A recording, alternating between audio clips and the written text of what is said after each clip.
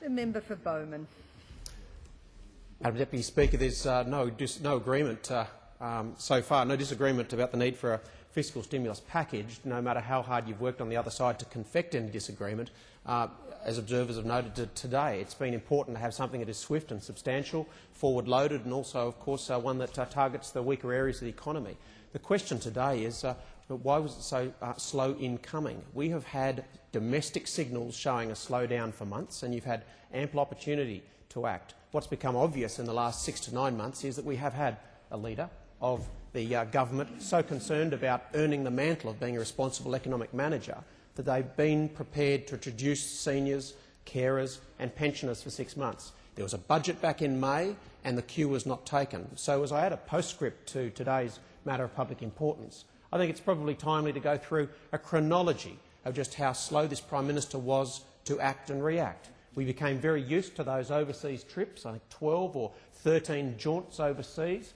Didn't give him any forewarning of this, and the most frightening image of all was of the Treasurer wandering through at his G20 meeting last week, the New York Stock Exchange. It was like shopping centre video of a lost child. No one wanted to talk to him, no one wanted to look at him, he didn't know where to go, he was just looking for a focus group or perhaps an economic advisor to give him a cue on what to say next. Well, let's go through the chronology, because I tell you what, if we're going to have the greatest moral hazard of our generation being global warming, it's been referred to before, we've got an obesity epidemic and we've got a binge drinking epidemic and we've got all of these great challenges, my goodness me, you've been crying wolf for 9 months and along comes a real one. Is there any surprise that the Australian people are not asking a few questions? What do you know?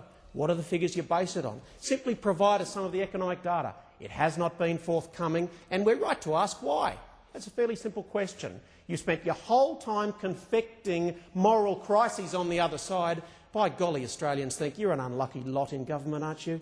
You're an unlucky lot. And here you've got a real one.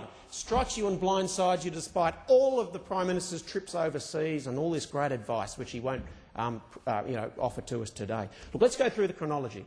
There was a budget and there was a budget response in May, and there was an opportunity to take some pressure off those who need it most. There was an opportunity to target some assistance to those who need it most, and it was passed over. And then 2 days later in the budget response, a $30 a week rise for pensioners was lampooned by the government. Now all of a sudden it makes complete sense just months later. Then what came in September was an observation by the Prime Minister that conditions were softer and we were facing tougher economic times. I mean, that was only 4 weeks ago. And then when it finally looked like interest rates were going to come down and you had an opposition leader who proposed that it should be more than 25 basis points, wasn't that reckless? Weren't we all aghast on the other side of this chamber when someone would actually suggest you might actually reduce interest rates by more than 25 basis points?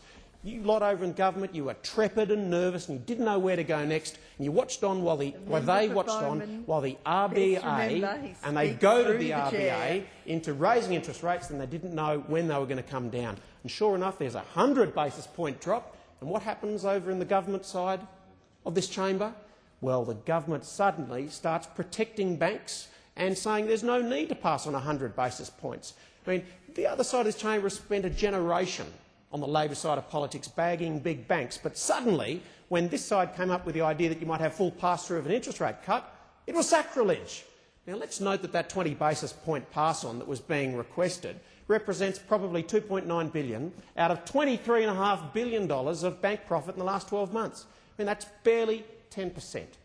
Now, that was hardly going to bring down the banking sector, and at the same time the government tells us, Madam Deputy Speaker, that they were working on a bank guarantee. So the banks were going to be safe. How hard would it be to pass on the other 20 basis points?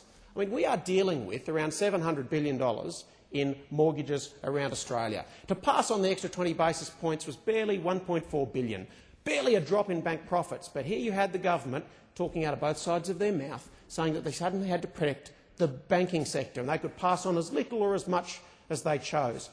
Hey, that's your chronology. And that's why today there's a certain amount of scepticism when this government gets blindsided by the events from overseas. What are people asking for? I think they're asking for a confident leader and treasurer in tough economic times. Now, of course, you can't guarantee a smooth passage in government, but we think it is time to work towards smoothing the seas where you can.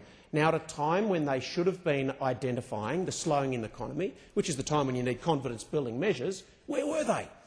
They were building their reputation as tough economic managers and quite happy to punish pensioners. And that's why there is no trust.